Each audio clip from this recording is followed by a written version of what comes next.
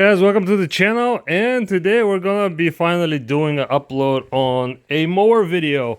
I just got this Encore Edge today. It's in for just a regular service. It belongs to one of my neighbors, and I'm gonna go over this mower in general because I know people are looking for a deal nowadays, and Toro and everybody else with their prices, they keep going up.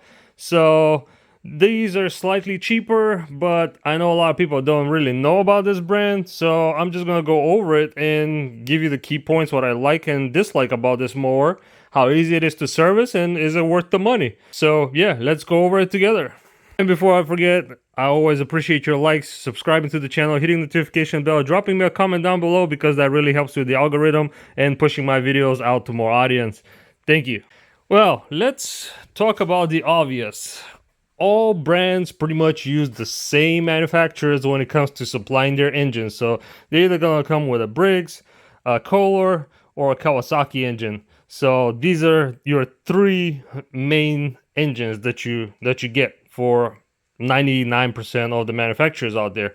And this one comes with the FR730. So it's a pretty bulletproof engine as long as you keep up with your oil changes. They're not really known for leaking too much oil or having bad seals or coils going bad. That's more common with the other brands, but I do see the occasional seal blowing up here and there. I see the occasional bent push rod because nobody's done a valve adjustment in 1,000 hours. So yeah, but other than that, Kawasaki, pretty happy with these engines. They're not bad. And another main thing about these is people don't like changing their air filters and cleaning, and for some reason these like to collect a lot of debris around these filters, and some people run them without the pre-filter, and trust me, this pre-filter, especially on this engine, it actually does help. Because yeah, once this area packs up with debris, dust, dirt, whatever, and the main filter is no longer efficient, it'll eventually break and start getting some dust going past through the paper element of the filter. It'll enter the combustion chamber, and you end up with bore scoring on your cylinders.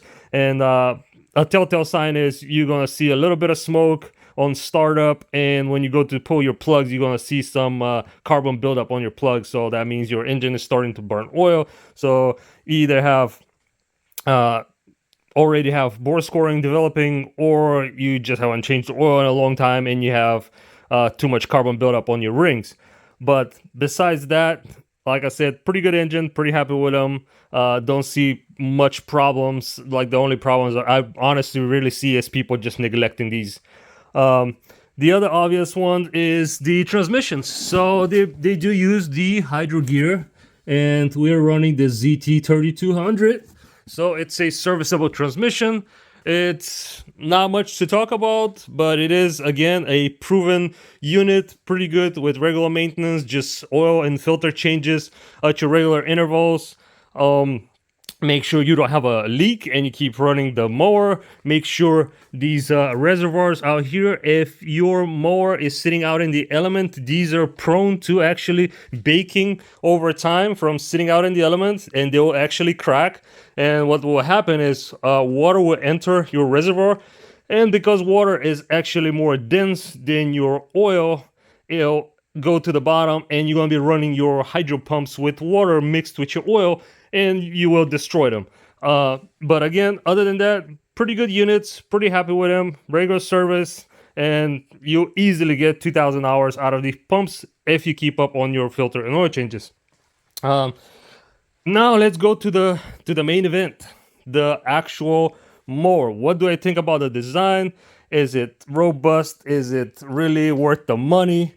And on first glance, all I can say is this thing is it's almost identical to a Toro Titan, or even an older Toro Z Master. So the deck, the frame of the mower is pretty heavy duty. The actual frame layout is identical to older Z Masters. The deck as well, you're running, I believe it's either a 7 or an 8 gauge steel deck. I know some of them were 7 gauge when I looked it up, 7 gauge sides and 8 gauge top of the deck. So it's a heavy duty deck. The panel lifts up. You just have the little knob right here, so easy access to the belt.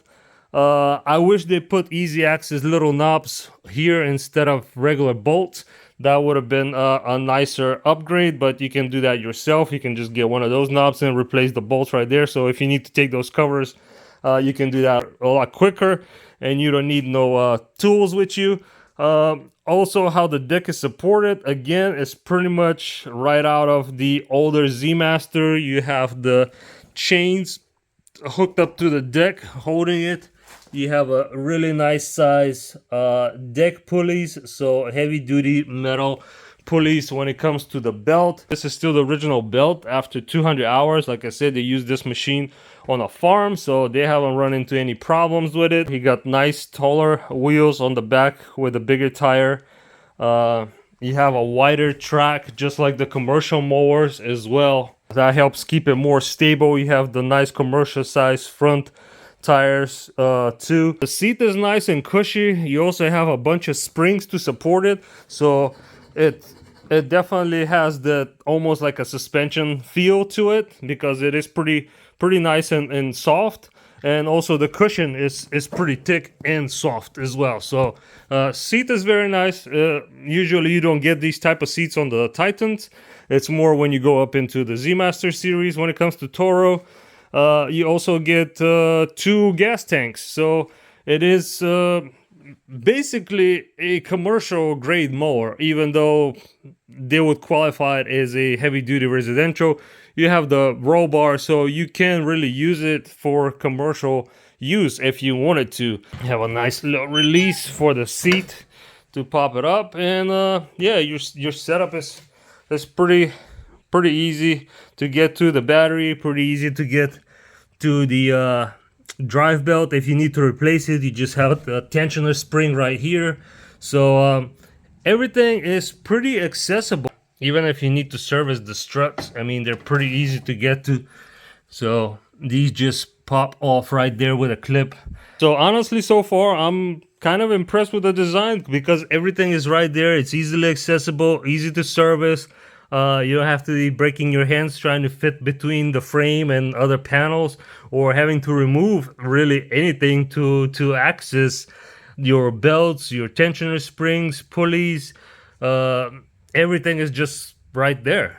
Overall, if I was on the market and I was debating of getting either a Toro or one of the other brick brands, this would be probably what I would go with, if I can get a deal on it, because I know price of everything's been going up.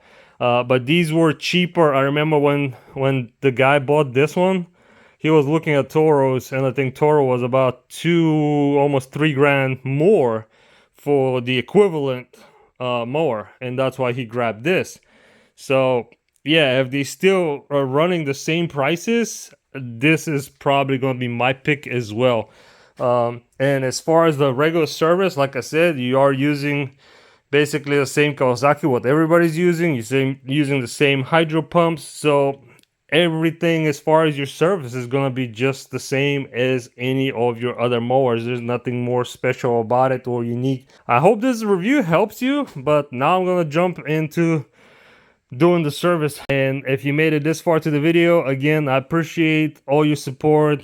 I appreciate you hitting the like and subscribe button, hitting the notification bell if you're interested in more videos. I usually do repair and service videos, but I figured I'd just do a little review video for you guys as well. And thank you again. We're almost at 4,000 subscribers. Keep up the good work. And I have some plans on rewarding you guys as well, because I really appreciate your support and it's helping me out a lot. So in the future, hopefully near future, I'm planning on doing some type of giveaway, and just to show my appreciation to my fans and all my supporters. So again, hit the like, hit the subscribe so you don't miss out on that. Thanks again, and I'll talk to you soon.